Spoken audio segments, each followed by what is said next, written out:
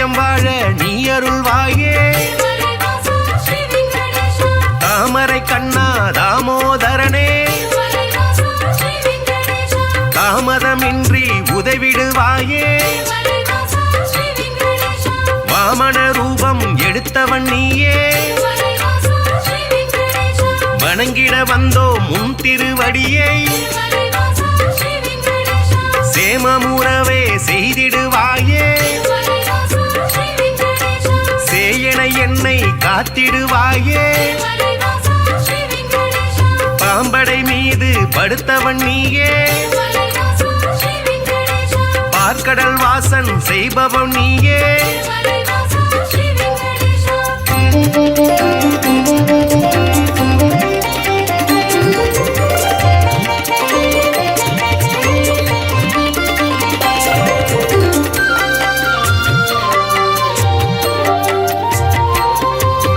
அன்றொரு நாளில் மாமுனி எல்லாம் ஒன்றாய் இணைந்து யாகம் அமைத்தாய். அவ்விடம் வந்த நாரத முனியோ உங்களின் யாக பலனை எல்லாம் யாருக்கு அளிக்க தீர்மானம் செய்தீர் என்றொரு கேள்வி கேட்டிடலானாய். எல்லா முனிவரும் திகைப்புடன் பார்த்த என்ன பதிலை சொல்வது என்று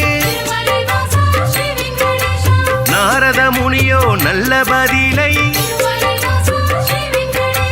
துணிவர்கள் ஏற்றிட உழைத்திடலானாய்.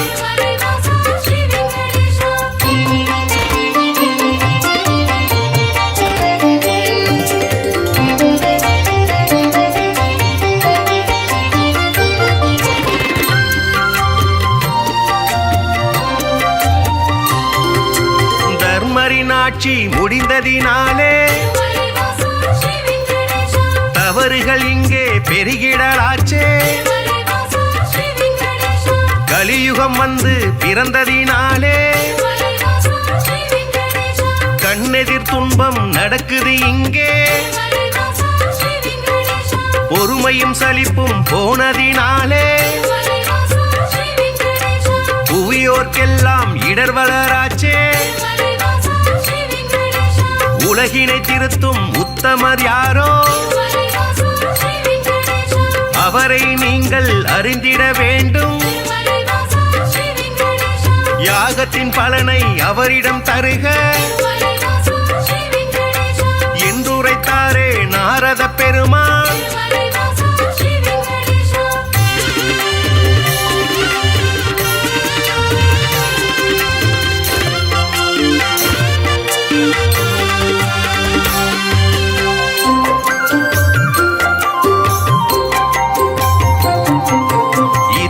நடந்த யாகத்தின் பலனை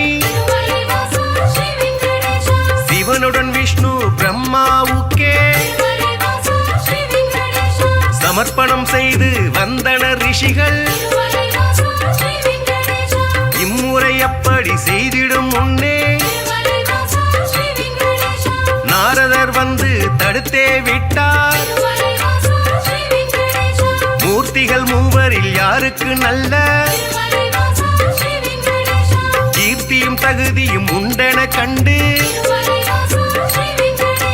யாக பலனை தந்திடுமாறு அறிவுரை சொல்லி அகன்றே சென்றார். ரிஷிகளின் நெஞ்சை குழம்பிட வைத்தாய்.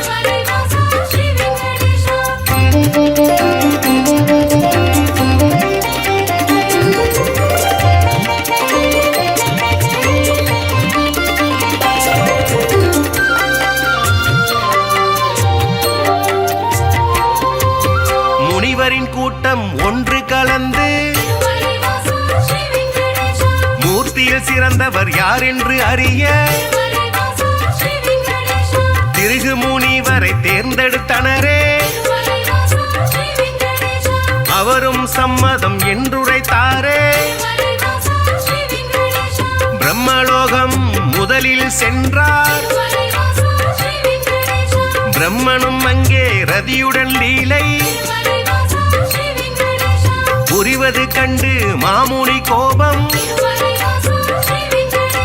கொண்டதினாலே சாபம் உரைத்தார். யாகத்தின் பலனை பெற்றிடும் தகுதி குண்டனுக்கில்லை என்றுரைத்தாரே.